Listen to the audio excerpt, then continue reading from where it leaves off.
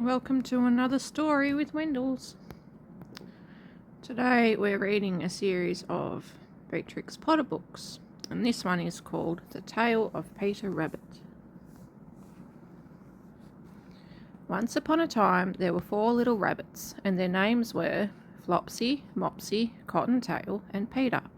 They lived with their mother in a sandbank underneath the root of a big fir tree. "Now, my dears," said old Mrs. Rabbit one morning, "you may go into the fields or down the lane, but don't go into Mr. McGregor's garden. Your father had an accident there. He was put in a pie by Mrs. McGregor. Now run along and don't get into mischief. I am going out." Then old Mrs. Rabbit took a basket and her umbrella and went through the woods to the baker's. She brought a loaf of brown bread and 5 currant buns. Flopsy, Mopsy, and Cottontail, who were good little bunnies, went down the lane to gather blackberries. But Peter, who was very naughty, ran straight away to Mr. McGregor's garden and squeezed under the gate.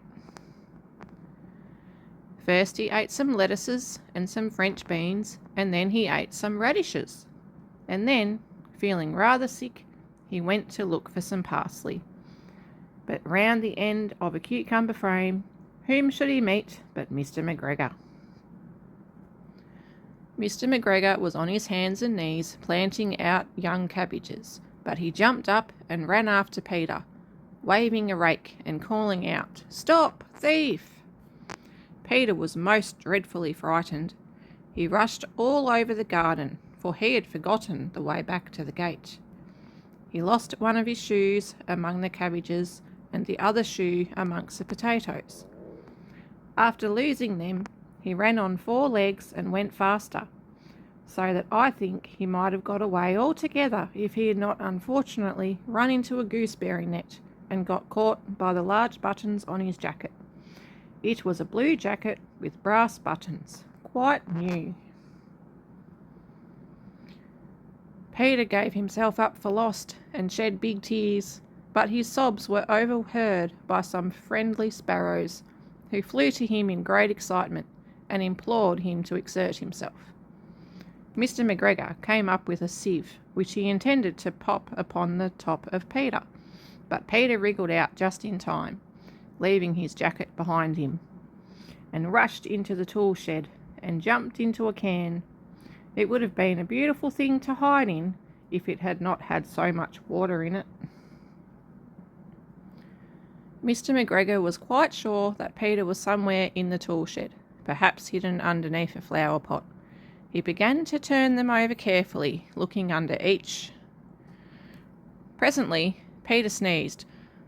Mr. McGregor was after him in no time, and tried to put his foot upon Peter, who jumped out of a window, upsetting 3 plants.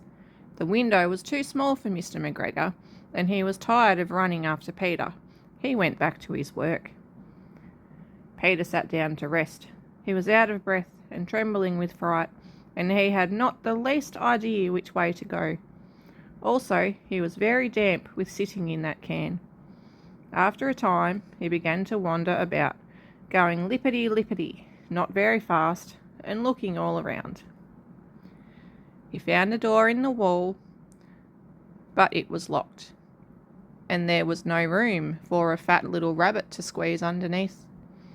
An old mouse was running in and out over the stone doorstep, carrying peas and beans to her family in the wood.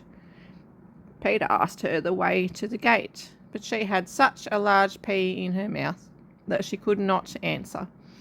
She only shook her head at him. Peter began to cry. Then he tried to find his way straight across the garden, but he became more and more puzzled. Presently he came to a pond where Mr. McGregor filled his water cans. A white cat was staring at some goldfish.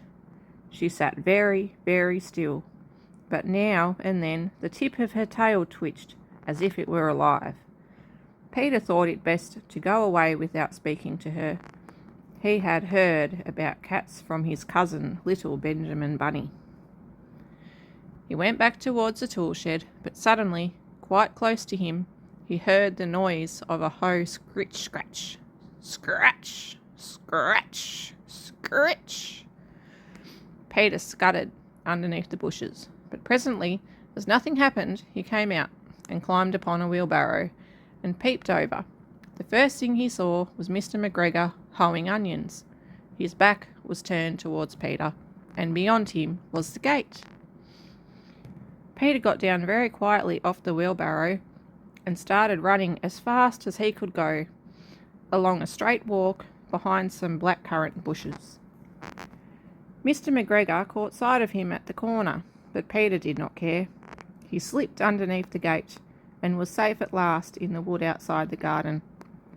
Mr. McGregor hung up the little jacket and the shoes for a scarecrow to frighten away the blackbirds. Peter never stopped running or looked behind him till he got home to the big fir tree. He was so tired that he flopped down upon the nice soft sand on the floor of the rabbit hole and shut his eyes. His mother was busy cooking.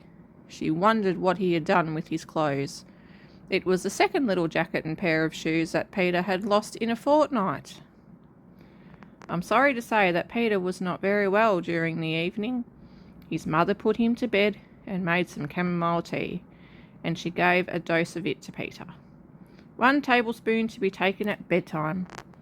But Flopsy, Mopsy and Cottontail had bread and milk and blackberries for supper.